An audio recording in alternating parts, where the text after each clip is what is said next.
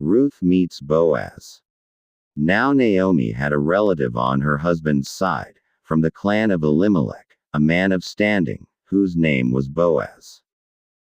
And Ruth the Moabitess said to Naomi, "Let me go to the fields and pick up the leftover grain behind anyone in whose eyes I find favor."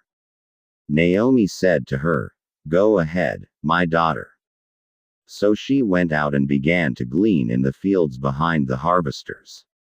As it turned out, she found herself working in a field belonging to Boaz, who was from the clan of Elimelech. Just then Boaz arrived from Bethlehem and greeted the harvesters, "The Lord be with you." "The Lord bless you," they called back. Boaz asked the foreman of his harvesters, "Whose young woman is that?" The foreman replied, "She is the Moabitess who came back from Moab with Naomi." She said, "Please let me glean and gather among the sheaves behind the harvesters." She went into the field and has worked steadily from morning till now, except for a short rest in the shelter. So Boaz said to Ruth, "My daughter, listen to me. Don't go and glean in another field, and don't go away from here. Stay here with my servant girls. Watch the field where the men are harvesting, and follow along after the girls. I have told the men not to touch you.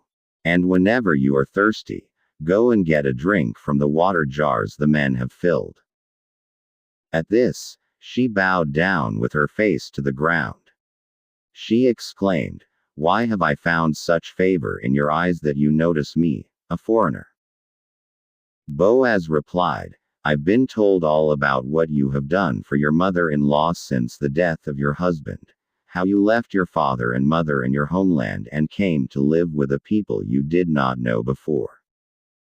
May the Lord repay you for what you have done. May you be richly rewarded by the Lord, the God of Israel, under whose wings you have come to take refuge. May I continue to find favor in your eyes, my Lord," she said. "You have given me comfort and have spoken kindly to your servant, though I do not have the standing of one of your servant girls." At mealtime, Boaz said to her, "Come over here. Have some bread and dip it in the wine vinegar." When she sat down with the harvesters, he offered her some roasted grain. She ate all she wanted and had some left over. As she got up to glean, Boaz gave orders to his men, "Even if she gathers among the sheaves, don't embarrass her. Rather, pull out some stalks for her from the bundles and leave them for her to pick up, and don't rebuke her." So Ruth gleaned in the field until evening. Then she threshed the barley she had gathered, and it amounted to about an ephah. She carried it back to town, and her mother-in-law saw how much she had gathered. Ruth also brought out and gave her what she had left over after she had eaten enough. Her mother-in-law asked her, "Where did you glean today? Where did you work? Blessed be the man who took notice of you." Then Ruth told her mother-in-law about the one at whose place she had been working. "The name of the man I worked with today is Boaz," she said.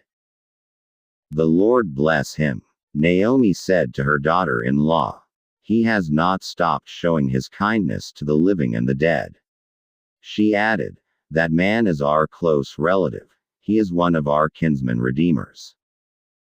Then Ruth the Moabitess said, "He even said to me, 'Stay with my workers until they finish harvesting all my grain.'" Naomi said to Ruth, her daughter-in-law, "It will be good for you, my daughter, to go with his girls, because in someone else's field, you might be harmed." So Ruth stayed close to the servant girls of Boaz to glean until the barley and wheat harvests were finished. And she lived with her mother-in-law.